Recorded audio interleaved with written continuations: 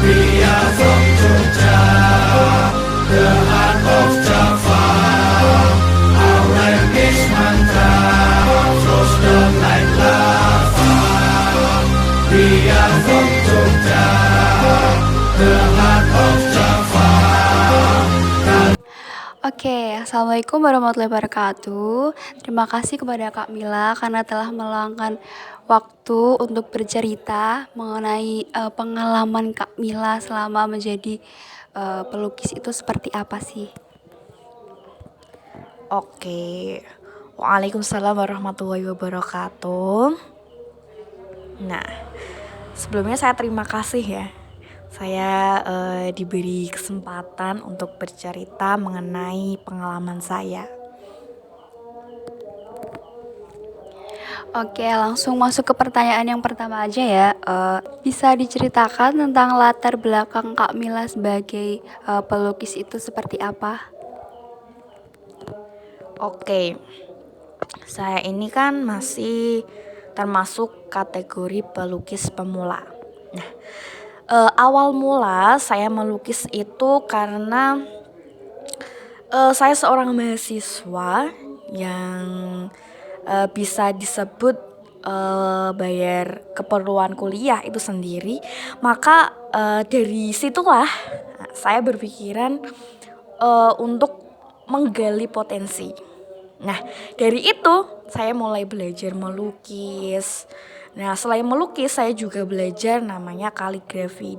Di kaligrafi itu juga ada yang namanya kaligrafi kontemporer, di mana kontemporer itu juga termasuk dalam lukisan begitu.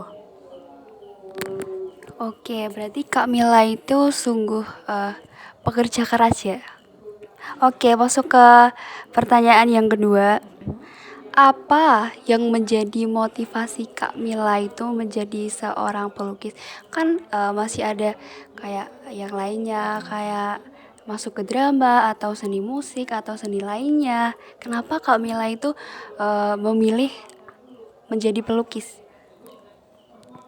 Oke, kenapa saya memilih jadi pelukis? Itu yang pertama adalah hobi. Nah, pasti teman-teman semua ketika bekerja, melakukan pekerjaan itu dengan cinta, dengan rasa senang, itu pasti bahagia. Pekerjaannya justru menjadi pekerjaan yang membuat hati senang. Ya.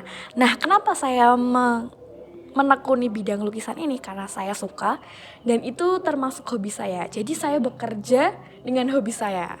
Itu menyenangkan. Jadi pekerjaan yang menyenangkan dan dapat uang tentunya. Oke. Kemudian bisa diceritakan nggak bagaimana proses kreatif Kak Mila dalam membuat sebuah lukisan yang indah seperti yang di belakang ya guys? Apa perlu harus melukis di luar atau harus pakai media atau mendengarkan dengan musik atau bagaimana? Oke, saya paham maksudnya.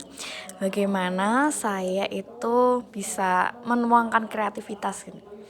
Biasanya seorang pelukis itu lukisannya itu biasanya tergantung mood gitu. Mood pelukis itu sangat perlu dalam melukis. Nah, biasanya saya melukis itu dengan musik. Nah, itu musik itu juga bisa biar gimana ya, menambah mood ya.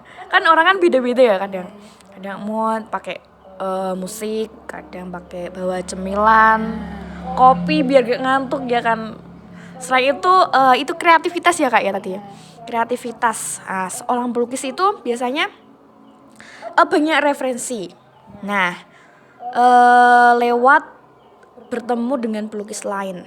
Jadi seorang pelukis itu nggak stok di rumah saja ya.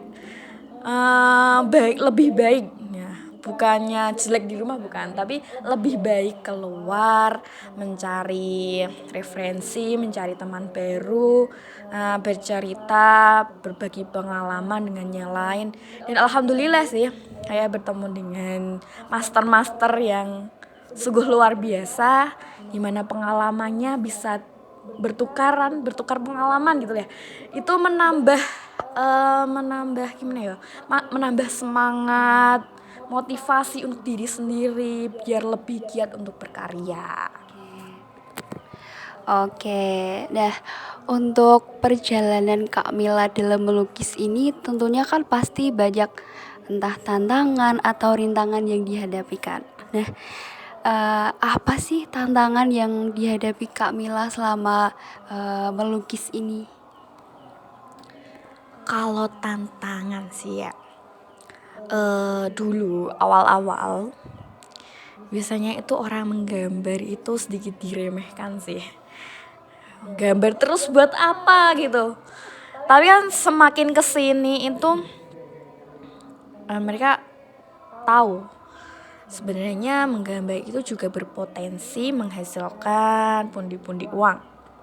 Nah, selain lukisan dalam menggambar, kita juga bisa menjual jasa, bisa les, kemudian menggambarkan suatu, itu kan juga termasuk dalam situ. Selain itu kan ada juga ada beberapa teman itu mengkritik ya karya saya itu yang berupa skate wajah.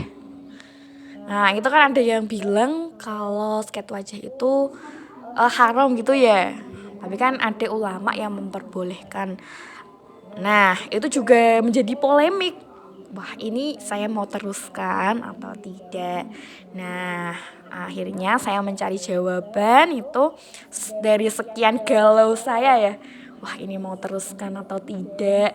Tapi alhamdulillah ternyata ada rukhsah, ada kemudahan kalau ada peraturan-peraturannya dalam melukis. Itu. Ada juga lagi ada lukisan kan ya namanya belajar ya. Kadang lukisan kan belum namanya ada yang belum detail, kadang belum halus, belum apa gitu. Kadang kalau yang belum ngerti seni bilangnya ya itu jelek itu gitu. Padahal orang yang ngerti seni itu bilang ini udah bagus punyamu, tinggal ditambah lagi goresannya seperti ini gitu. Jadi kadang kritik itu bisa membangun kita lebih baik gitu.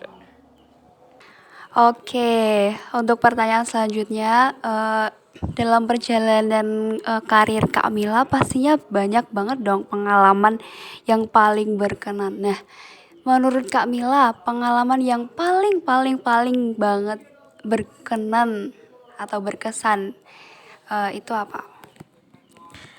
Pengalaman paling berkesan. Nah, saya itu pecinta pengalaman, wis. Ada pengalaman yang paling aku sayang, paling aku suka maksudnya. Itu ketika guru aku tempat aku belajar itu pergi ke rumahku. Yang semulanya beliau tidak tahu kalau aku bisa melukis. Beliau taunya aku bisanya kaligrafi. Nah, akhirnya beliau ke rumah, nggak sengaja ya lihat karya-karyaku. Nah, itulah beliau bilang, wah ternyata Mbak Mila punya pengalaman, punya bakat melukis ini. Nah, itu hal yang paling aku sukai. Nah, setelah itu muncullah diajak pameran, diajak itu dari itu pengalaman paling banget. Ya sebelumnya aku berusaha sih membuat karya-karya di rumah sebisanya. Nah, tiba-tiba guru saya datang. Nah, ternyata itu kesempatan saya untuk gimana ya? Bahwa saya itu bisa gitu loh. Iya, betul. Oke, dari pengalaman Kak Mila tadi itu udah cukup sangat menyenangkan bagi kita ya guys. Nah, ada nggak saran dari Kak Mila nih untuk generasi yang lebih muda supaya menjadi lebih suka atau lebih ingin tahu menau tentang melukis? Oke, saran untuk generasi muda ya.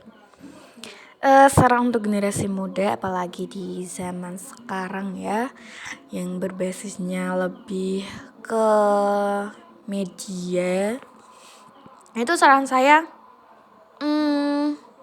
lebih memperdalam bakat sih.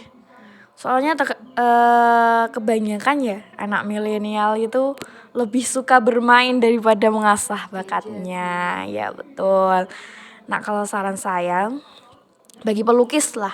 Kalau bagi pelukis itu pelukis pemula itu ya lebih ditingkatin lagi apa ya namanya profesionalis apa ya gitu ya profesionalis Dalam melukis. dalam melukis. Nah, menambah apa ya intinya membuat karya itu lebih baik lagi gitu. Kan sekarang belajar kan nggak harus tatap muka, lebih dimudahkan bisa lewat media. Nah, lewat media itu dimanfaatkan sebaik mungkin. Nah, lewat media itu juga dapat berkreativitas lebih luas, kan kita bisa lihat dunia luar. Oh, dunia luar itu lukisannya seperti ini. Zaman dulu kan nggak tahu ya dunia luar itu bagaimana. Kalau sekarang kan udah mudah. Justru itu jadi motivasi lebih baik lagi. Oke, seperti itu. Oke, sangat seru ya tadi cerita pengalaman dari Kak Mila. Dari seorang pelukis yang sukses yang awalnya banyak kritikan, banyak tantangan, akan tetapi kritikan dan tantangan itu tidak membuat Kak Mila itu menyerah. Seharusnya kritik dan tantangan itu harus kita jadikan sebagai motivasi kita untuk menuju ke jenjang yang lebih baik dan juga menuju kesuksesan. Betul Kak Mila? Oke, terima kasih atas waktunya pada malam hari ini. Kita cukupkan sampai di sini saja. Wassalamualaikum warahmatullahi wabarakatuh.